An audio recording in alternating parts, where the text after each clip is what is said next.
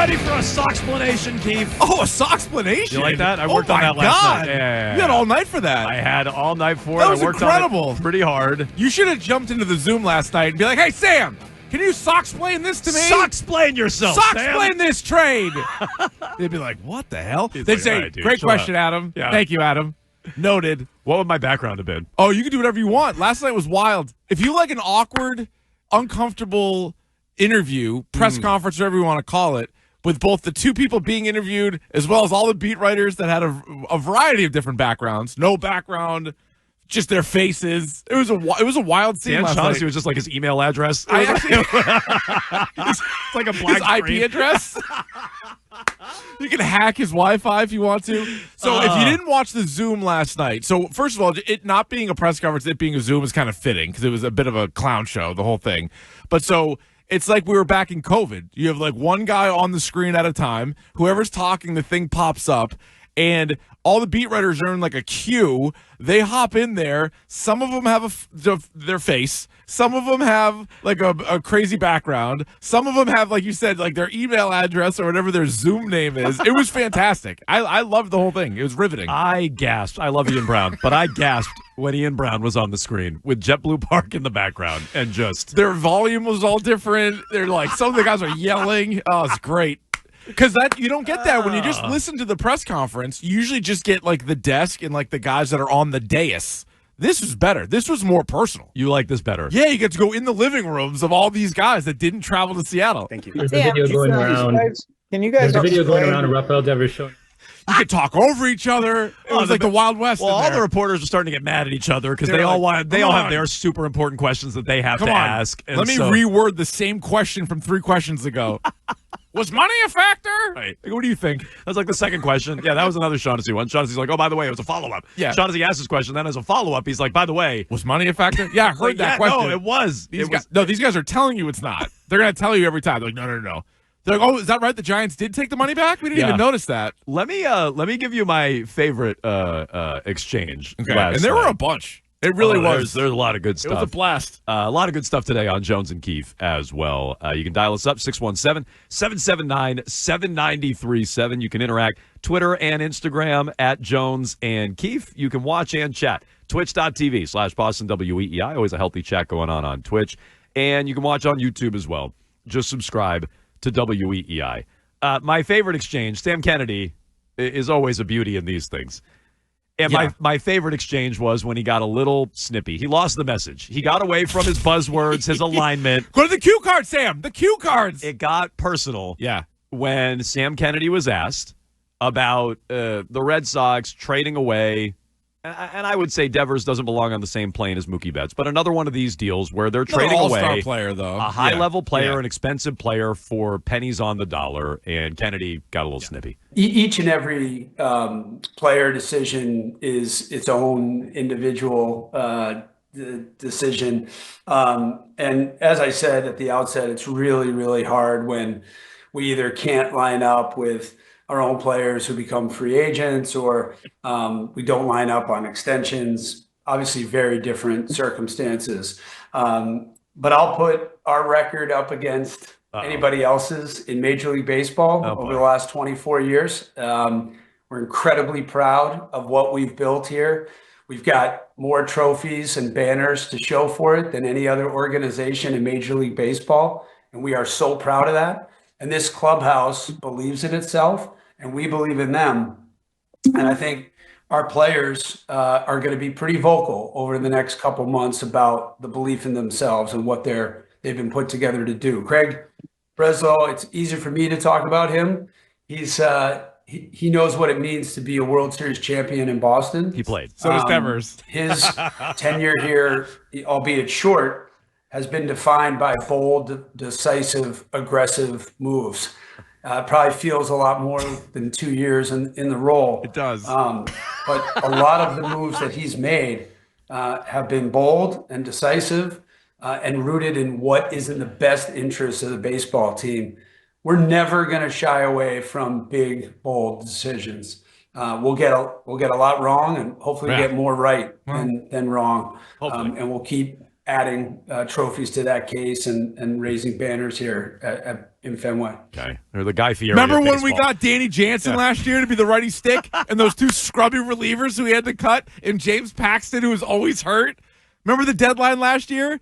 That was bold.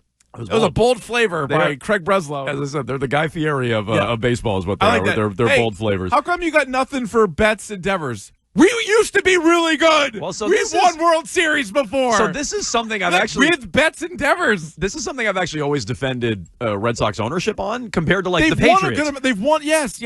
Compared to Kraft, all the Patriots ever did was win with Brady. Like that's really not that difficult to win with the greatest player of all time. But they did win more. Tampa literally did it the second they got him. No, so it's not that hard to win with Brady.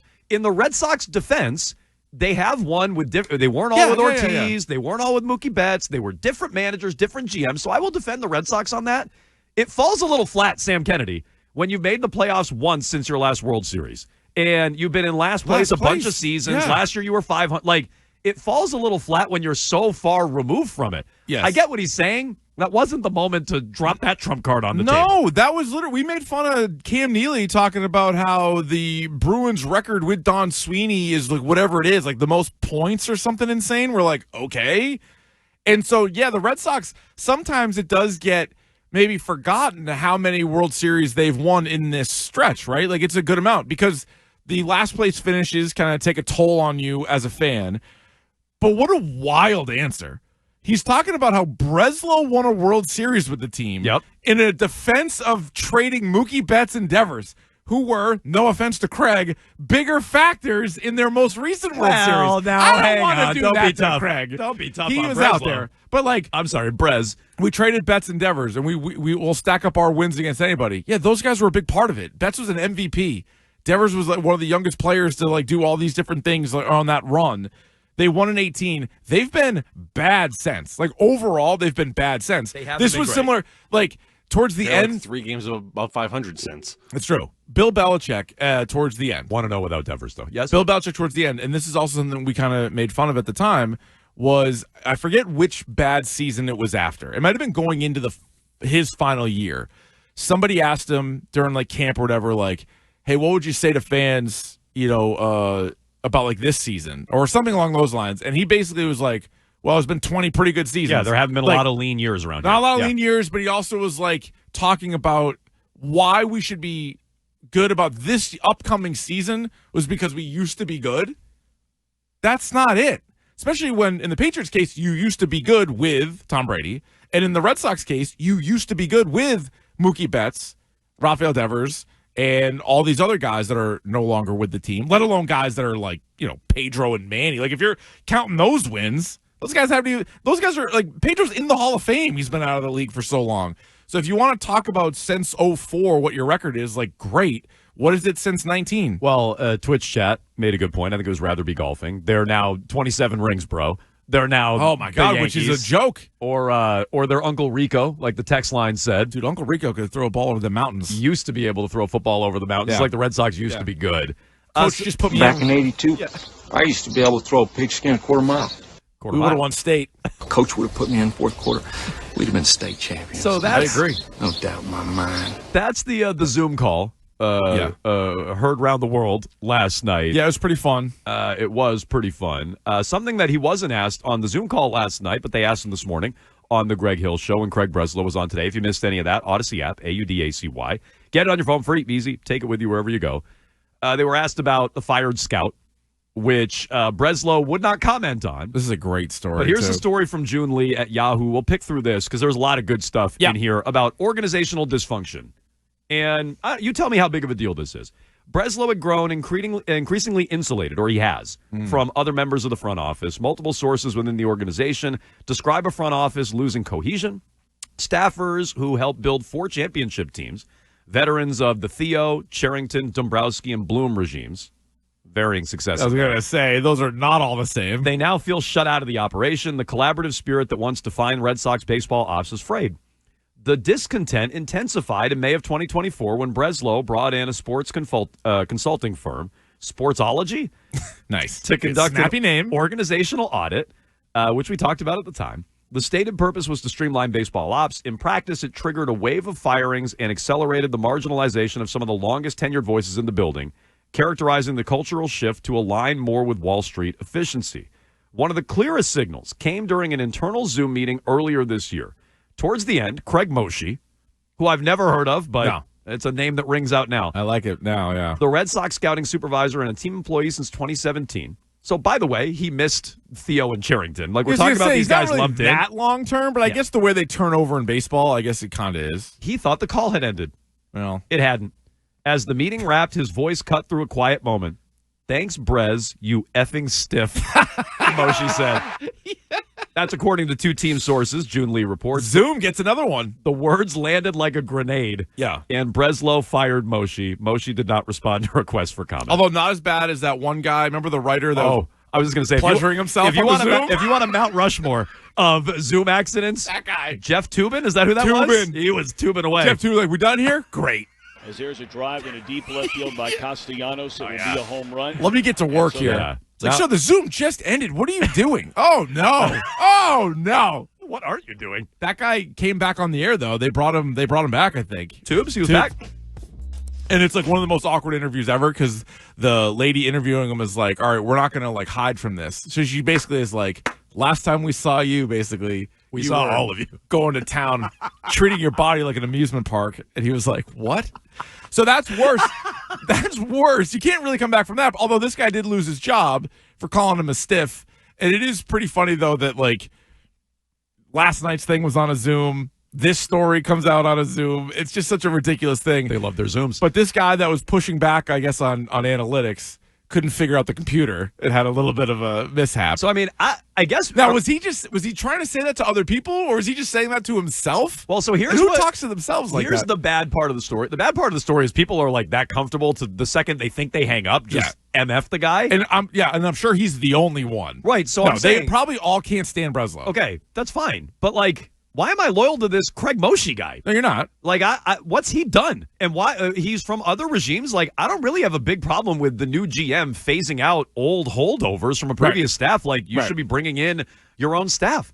So, but is it just getting to the point where is there going to be no pushback on any human element? I think that's sort of what the question would be. And is Breslow so obsessed with whether it's Driveline, which he defended very passionately more than he's defended anything else, and just how they do things, and like, you can't crack through to them, and it's just like, oh, the formula says this, so we're going to do it. So, like, should there be other voices in there so it's not everybody saying the same thing? Yeah, I don't really have a problem with Breslow firing a guy who called him an effing stiff. Yeah. You know, but it also shows you, too, that, like, Henry's given Breslow power. This is if you're mad at that, then be mad at Henry. Yeah. Like, he's the one who empowered the robot stiff. Yeah. And so, I mean, that's on John Henry. But I don't have, if Breslow's going to get hired and you're going with this vision, I don't have a problem with him filling out his front office with people he wants to work with and isolating the old holdovers. I don't have an issue with that. If you want a baseball guy running baseball ops, then be mad at John Henry. You should have a baseball guy running baseball ops. Yeah. That's not what Breslow is. Right, and that's what's funny when you name all those guys that have been here. You know, Dave Dombrowski's sort of one extreme. Chaim Bloom's another extreme. I thought Theo was kind of in the middle, actually. He was. Yeah. Theo's the perfect GM. Yeah, he is. You know, literally. He was and able now he's to. Above it. Like, that job is way beneath him. It now. is. Yeah. But I said this the second they fired Dombrowski. If I got to get one extreme or the other, Dave. I want the Dombrowski extreme. Yeah. And Dombrowski was wildly unpopular when he was here at the end of his tenure, which never made sense to me. My Phillies won again last night. Oh, did they? Yeah. So are you keeping track of both those records? You're 1-0, or Phillies are 1-0 since they set you. Yeah, a City for those Connect. who missed it on Instagram and Twitter, the Phillies sent me a City Connect jersey. So get on board if other major league teams are listening. You didn't even ask for one. I didn't even ask you for didn't one. Have to beg for that one. No big deal. Also a sick jersey, and yeah, they won again last night. So the Red Sox are 9-2 since I got the City Connect. Phillies are 1-0. I did see somebody on Twitter thought you bought it and then shipped it to yourself at the station. People, you guys know how cheap I am. There's no way in hell I would do that. Keith is the John Henry of WEEI, is what he is. There's no chance I would do that. I didn't even send the rubber bands that came in the mail from that one guy.